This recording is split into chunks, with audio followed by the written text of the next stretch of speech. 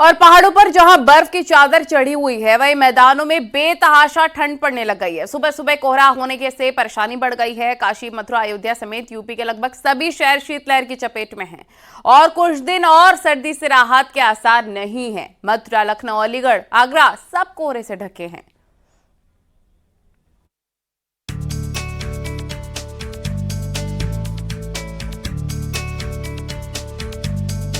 पहाड़ों पर बर्फबारी का मौसम चल रहा है, जिसकी वजह से उत्तर भारत में भी कड़ाके की ठंड पड़ रही है।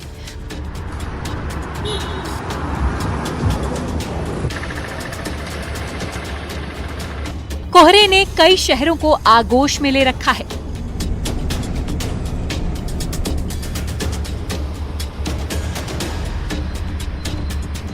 मौसम विभाग ने ठंड को लेकर अलर्ट जारी किया है। घने कोहरे की वजह से जनजीवन काफी प्रभावित हो रहा है।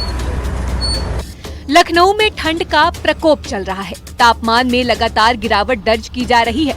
पिछले एक हफ्ते से तेज धूप नहीं निकली है। बात राजधानी लखनऊ की करें तो राजधानी लखनऊ में अभी भी धुंध कोहरे के साथ पाला पड़ता हुआ नजर आ रहा है, जिसके चलते लखनऊ का तापमान आज 5 डिग्री सेंटीग्रेड तक पहुंच गया था। जिसे देखते हुए राजधानी लखनऊ में ठंड से बचाव के लिए हर संभव इंतजाम किए जा रहे हैं। जो स्थानीय लोग हैं वो घरों से निकलने के पहले गर्म कपड़े पहनकर बाहर निकल रहे हैं, मुंह ढककर निकल रहे हैं। साथ ही साथ स्थानीय प्रशासन द्वारा भी जगह जगह अलाव जलाया जा रहा है और रैन बसेरे बनाए गए हैं, जिनके जरिए जो गरीब लोग हैं, जिनके पास आश्रय स्थल नहीं है, उनको इस कड़ाके की ठंड से बचाया जा सके। दिल्ली, एनसीआर सहित गाजियाबाद में सुबह से ही कोहरे की सफेद चादर ने अपने आगोश में लिया हुआ है। गाड़ियों की रफ्तार पर भी ब्रेक लग चुके हैं। तस्वीरें गाजियाबाद की सुबह की आपको दिखाना चाहूंगा। आप देख सकते हैं किस तरीके से तस्वीरों में सुबह से ही कोहरे की एक सफेड परत ने पूरे शहर को ढका हुआ है। विजुअलिटी बिल्कुल ना के बराबर है। यही कारण भी है कि रोड पर चलने वाले वाहनों ने अपने अपने वाहनों की हेडलाइट जलाई हुई है ताकि कोई दुर्घटना ना होने पाए, क्योंकि कोहरे के चलते विजुअलिटी बेहद ही कम हो जाती है। वहीं अगर बात की जाए सर्दी की दस्तक की, तो अभी का जो तापमान है 8 डिग्री सेल्सियस नापा गया है। आगरा में ठंड और कोहरे की दोहरी मार दिख रही है। सुबह से ही कोहरे की सफेद चादर छाई हुई थी। सुबह के समय पर जो मॉर्निंग वॉक पर बुजुर्ग और बच्चों को डॉक्टरों ने सलाह दी है कि वे मॉर्निंग वॉक पर नहीं निकलें। सबसे पहले तस्वीर आपको आगरा की दिखा रहे हैं। यह आगरा की तस्वीर है। लगातार यहाँ पर सर्दी और कोहरे का सितम जारी है। सफेद कोहरे की चादर में पूरे आगरा लिपटा हुआ है।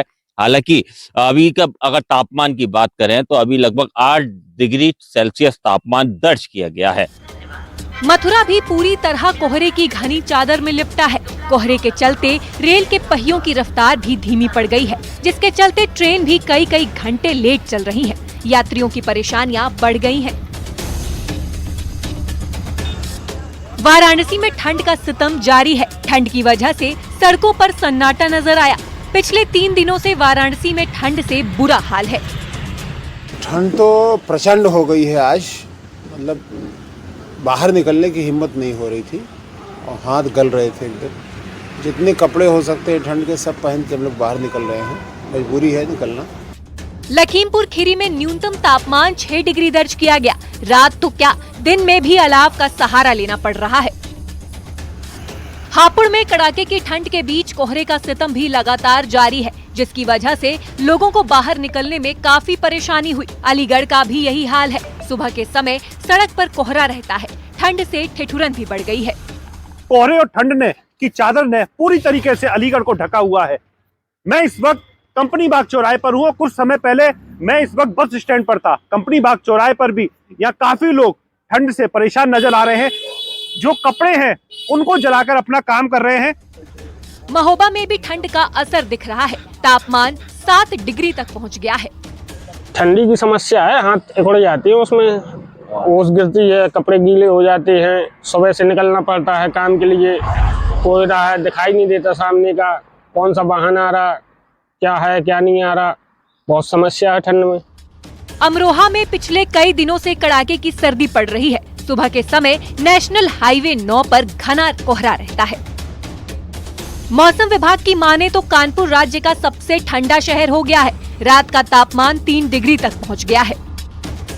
मौसम में लगातार बदलाव देखने को मिल रहा है। यही वजह है कि पाला अब गिरने लगा है। तापमान में जहां एक और 60 डिग्री तक की गिरावट आई है, तो बीच से 72 घंटे में 60 डिग्री तक गिरा है। और ऐसे में मौसम विभाग का कहना है कि जहां कोहरा गिरेगा तो वहीं पाला भी गिर सकता है और ठंड और बढ़ेगी। ऐसे में धूप कहीं होगी कहीं नहीं होगी। इस वक्त न्यूज़ 18 टीम एक ऐसे गांव में, आप देखिए ये सरसों की खेत है। ऐसा माना जा रहा है कि इन खेतों के लिए ये जो पाला गिर रहा है कहीं कहीं नुकसानदायक होगा और किसान इसी बात से परेशान। हमारे साथ एक किसान यहाँ मौजूद है।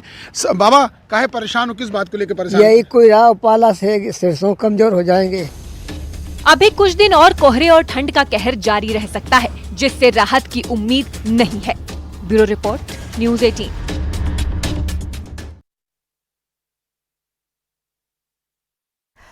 उत्तराखंड हिमालय में ग्लेशियर झीलों के रूप में एक बड़ा बवंडर पल रहा है, जो भविष्य में कभी भी कहर बरपा सकता है। उत्तराखंड के ग्लेशियरों में ऐसी 13 झीलें हैं, लेकिन इनमें भी 5 सबसे ज्यादा संवेदनशील हैं, जिनको लेकर सरकार अलर्ट मोड पर आ गई है।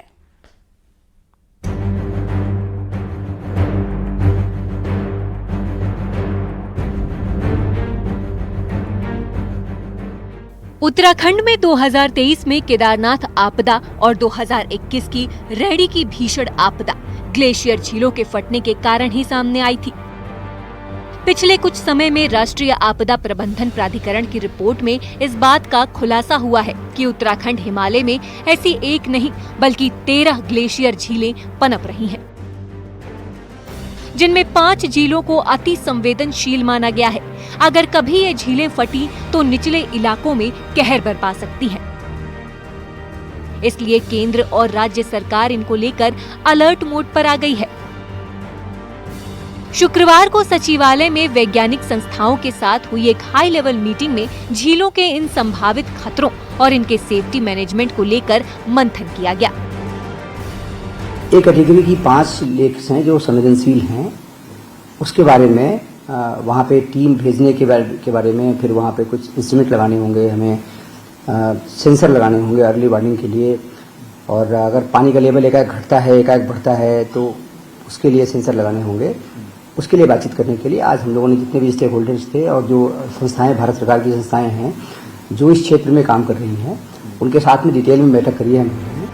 उत्तराखंड में जो 5 झीलें खतरनाक लेवल तक पहुंच चुकी हैं, उनमें चमोली में धौली गंगा नदी के ग्लेशियर में वसुधारा ताल, पिथौरागढ़ की दारमा वैली और कुटी यांगती वैली में 2 ग्लेशियर झील मौजूद है। पिथौरागढ़ की लेसर यांगती वैली में मांगबक झील है। पिथौरागढ़ की ही दारमा वैली में ही युनगुरु ग्लेशियर में भी झील बनी हुई है। आपदा प्रबंधन विभाग इन 5 झीलों की स्टडी के लिए एक्सपर्ट टीम भेजने जा रहा है। माना जा रहा है कि मई-जून में टीमों को भेजा जाएगा। और स्टडी के साथ साथ यह भी देखेगी कि कौन कौन से इंस्ट्रूमेंट कहाँ कहाँ लगाए जाने हैं और इंस्ट्रूमेंट कहाँ से व्यवस्था होगी। उसके लिए भी सीडैक संस्थान है भारत सरकार का, उससे बातचीत किया गया है। तो वो सर्वे करके आएंगे, फिर अपना इंस्ट्रूमेंट लगाने वाला काम करेंगे हम लोग, ताकि फ्यूचर में अगर कुछ चेंजेस होते हैं तो उसका इस्तेमाल करके, चेंजेस को देख के उसके अकॉर्डिंग फिर हम लोगों ने क्या कदम उठाने हैं उसके बारे में विचार करेंगे। इन 5 अति संवेदनशील झीलों के अलावा उत्तरकाशी के उच्च हिमालयी क्षेत्र में केदारताल, बागेश्वर में नागकुंड, टिहरी के उच्च हिमालयी क्षेत्र में मसूरी ताल भी शामिल हैं, जिन्हें खतरनाक माना गया है। जलवायु परिवर्तन के बीच भविष्य के संभावित खतरे को देखते हुए इन झीलों को लेकर भी सरकार विशेष एहतियात बरतने जा रही है। देहरादून से न्यूज़ 18 के लिए सुनील नौप्रभात की रिपोर्ट।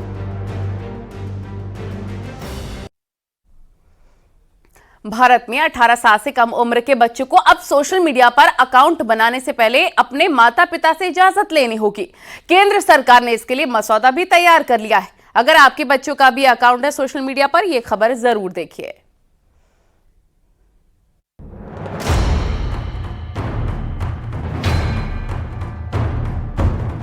अक्सर घरों में शिकायतें आती हैं कि बच्चे फोन पर व्यस्त रहते हैं, सोशल मीडिया पर टाइम बिताते हैं, जिससे उनकी मेंटल हेल्थ पर भी काफी असर पड़ता है। सरकार भी इसकी गंभीरता को लेकर काफी विचार कर रही थी। वहीं अब भारत में 18 साल से कम उम्र के बच्चों को सोशल मीडिया पर अकाउंट बनाने से पहले अपने पेरेंट्स से इजाजत लेनी होगी। केंद्र सरकार ने इसे लेकर मसौदा जारी किया है। इससे साफ है कि नाबालिग बच्चे अब गुपचुप तरीके से सोशल मीडिया अकाउंट पर अपनी आईडी नहीं बना पाएंगे। दरअसल digital personal data protection act के ड्राफ्ट नियमों में बच्चों के सोशल मीडिया इस्तेमाल को लेकर कड़े प्रावधान किए गए हैं। उसी के तहत अब पेरेंट्स की मंजूरी लेनी होगी। बरेली के लोगों ने सरकार के इस कदम का स्वागत किया है। पेरेंट्स की परमिशन लेनी होगी। बहुत अच्छी बात है, सरकार की बहुत अच्छी पहल है। आजकल का जो माहौल है उसको देखते हुए सरकार ने जो अपनी पहल चलाई है बहुत अच्छी है। 18 साल से कम उम्र के जो भी बच्चे हैं उनके पेरेंट्स को पता होना चाहिए कि हमारे बच्चे इंटरनेट के माध्यम से क्या कर रहे हैं। हर बात की नॉलेज होनी चाहिए। इससे बहुत बड़ी जो क्राइम हो रहा है और उस पर रोकथाम अच्छी पहल है अभिभावकों के लिए, क्योंकि अब तक बच्चों को कई सभी तरह के प्रोग्राम डिजिटल अरेस्टिंग है या कई बच्चों को मोबाइल हैक कर लिए जाते हैं कि माँ बाप के संज्ञान में रहेगा कि हमारा बच्चा आखिर मोबाइल पर चला क्या रहा है। एक OTP आएगा। बहुत ही अच्छी सरकार की पहल है कि माँ बाप की संज्ञान में रहेगा, क्योंकि 18 साल से पहले अधिकार जब बच्चों को है ही नहीं। WHO के मुताबिक 10% से ज्यादा नाबालिग बच्चे सोशल मीडिया के इस्तेमाल से नकारात्मक रूप से प्रभावित हो रहे हैं। गाजियाबाद के लोगों की राय भी सामने आई। WHO की रिपोर्ट ये भी बताती है कि दुनिया भर में जैसे जैसे सोशल मीडिया का इस्तेमाल हो रहा है, बच्चों में मानसिक और शारीरिक समस्याओं में भी इजाफा दिख रहा है। बच्चों के सोशल मीडिया इस्तेमाल पर दुनिया भर में लंबे समय से बहस चल रही है। ऑस्ट्रेलिया ने 16 साल से कम उम्र के बच्चों के सोशल मीडिया इस्तेमाल पर बैन लगाया। वहीं भारत में भी लोग इस कदम की सराहना कर रहे हैं। Bureau report, news 18।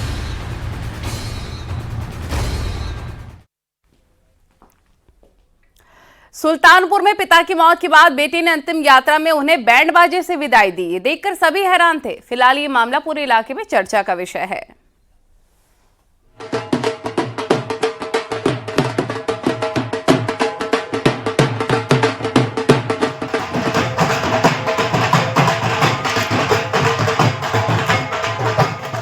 बैंड बाजे के साथ लोग जमकर थिरक रहे हैं, जश्न मना रहे हैं, लेकिन यहाँ पर किसी की बारात नहीं निकल रही है।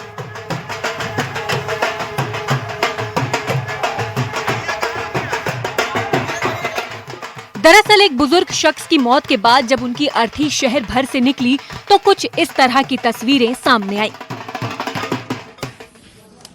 अमूमन किसी घर में मृत्यु के बाद अंतिम यात्रा गम के माहौल में निकलती है, लेकिन यहाँ पर ऐसा नहीं दिखाई दिया। बकायदा घर पर डीजे बजवाया गया।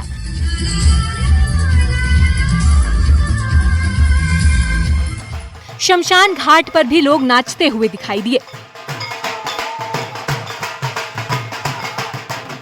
इतना ही नहीं, रास्ते भर में पैसे भी बांटे गए।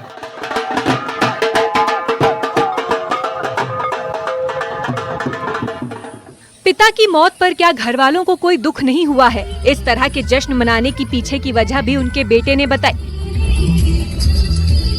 उन्होंने अलग ही तर्क दिया। लेकिन रोना नहीं चाहिए। हमारे हिसाब से जश्न का माहौल था। वो पिताजी की दूसरी शादी थी, जान लीजिए। दोबारा उनको अब आना नहीं है हमारे हिसाब से। इसीलिए ये हमको जो समझ में आया, हमने अपने हिसाब से किया उनका कार्यक्रम। वैवाहिक कार्यक्रमों में लोग नोट उड़ाते हैं, आपने अपने पिता की अंतिम यात्रा पर भी नोट उड़ाए। वो भी तो उनकी शादी थी ना, उनकी लास्ट शादी थी। 88 साल उम्र होके गए, और रोना किस बात का? रोएंगे तो उनकी आत्मा को कहीं न कहीं तकलीफ होगी। जहाँ कहीं होंगे उनको कहीं न कहीं तकलीफ होगी। नगर कोतवाली क्षेत्र के नारायणपुर वार्ड से जुड़ा हुआ है, जहां पर दुर्गापुर मोहल्ले के रहने वाले रामकिशोर मिश्रा का निधन हो गया। 80 साल बाद वो दुनिया को छोड़कर गए। वहीं उनके बेटे ने परंपरागत शोक को उत्सव में बदल दिया।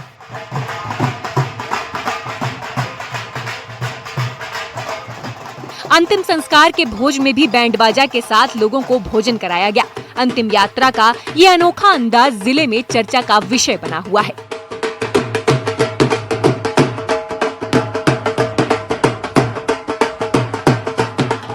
सोशल मीडिया पर भी ये वीडियो खूब वायरल हो रहा है। सुल्तानपुर से न्यूज़ 18 के लिए अजीत गिरी की रिपोर्ट।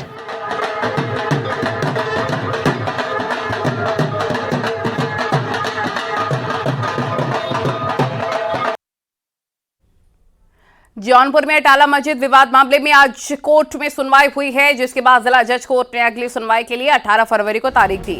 स्वराज वाहिनी के वकील की तरफ से निगरानी के मामले में आपत्ति दाखिल की गई। फिलहाल मामले में अब 18 फरवरी को सुनवाई होनी है। बता दें कि स्वराज वाहिनी के प्रदेश अध्यक्ष संतोष कुमार मिश्रा ने जिला अदालत में दाखिल अपने आवेदन में दावा किया था कि अटाला मस्जिद एक हिंदू मंदिर को ध्वस्त करने के बाद बनाया गया था।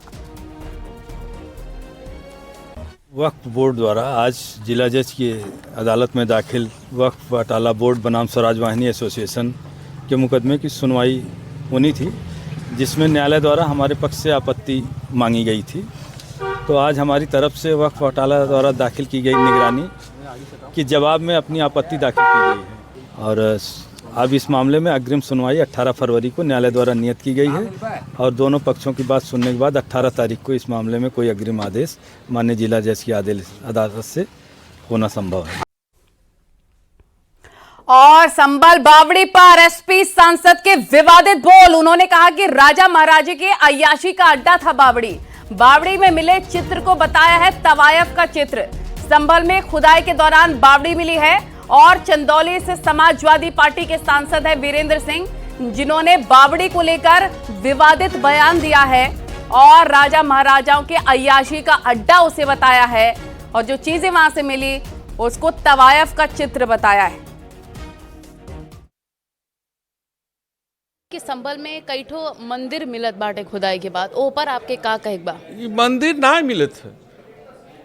देखिए राजा महाराजन का यास का अड्डा रहल संभलवा के निचवा जौन मिलत था। अच्छा। ना देखत तो तवायफ का बोर्ड लगल हो। अब वो मंदिर नहीं खे, वो तवायफ के फोटो है। अरे वो एकदम काले रंग के पट्टी पर लिखल बा ना बा कि ओमे गणेश जी की मूर्ति निकला है। कुछो कह दे वो देवी कह दे कि तवायफ देवी है, तब हम ओके क्यों का करी। आपने देखा होगा कि उस मॉन्यूमेंट के दरवाजे पर जो नाम खुदा था उस समय की किसी मशहूर तवायफ के का नाम लिखा था, जिसको चंद्र विजय सिंह जो हमारे सांसद हुआ करते थे उनके बाप दादाओं ने उसके नाम लिख दिया था कि जब हम शिकार फिकार खेले आई तो रात के एठिया हम अपन मजमा जमाई एठ मरी उमरी होई तो वो अपन। आप ये कहत बाड़े कि वो मंदिर में देवी देवता की मूर्ति नहीं खे, वो तवायफ की मूर्ति बा। मूर्ति कहाँ मिलल है?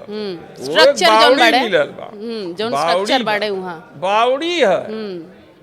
बावड़ी है। बावड़ी का मतलब कि जगह पर पानी इकट्ठा होए के बाद और रहसी अगल बगल स्थान। लेकिन मंदिरों का ये ठो मिलल बड़े तब मंदिर जौन मिलल बा तब मंदिर का स्वरूप अलग बा, उनकर कंस्ट्रक्शन अलग बा। वो मंदिर मिलल बा तो मिले के मिलल हो तो सबकर पूजा हो। बावड़ी सब अय्याशी के अड्डा रहल। वो बावड़ी नहीं जौन हई खोदत हुआ ई बावड़ी जितना ई राजा महाराजा का बावड़ी रहा। और यूपी में कई जगहों पर से बुग्गी रेस की तस्वीरें भी आ रही हैं। आपको दो तस्वीरें दिखा देते हैं, दो जगहों की तस्वीरें बागपत और मेरठ की। बागपत में भैंसा बुग्गी की रेस के नाम पर हुड़दंग करने का वीडियो सामने आया है। वीडियो रमाला थाना क्षेत्र का बताया जा रहा है। उधर मेरठ में भी नेशनल हाईवे पर भैंसा बुग्गियों की रेस हुई। हाईवे जाम कर ये रेस कराई गई और रेस का वीडियो सामने आने के बाद पुलिस जांच पड़ताल में जुट गई है।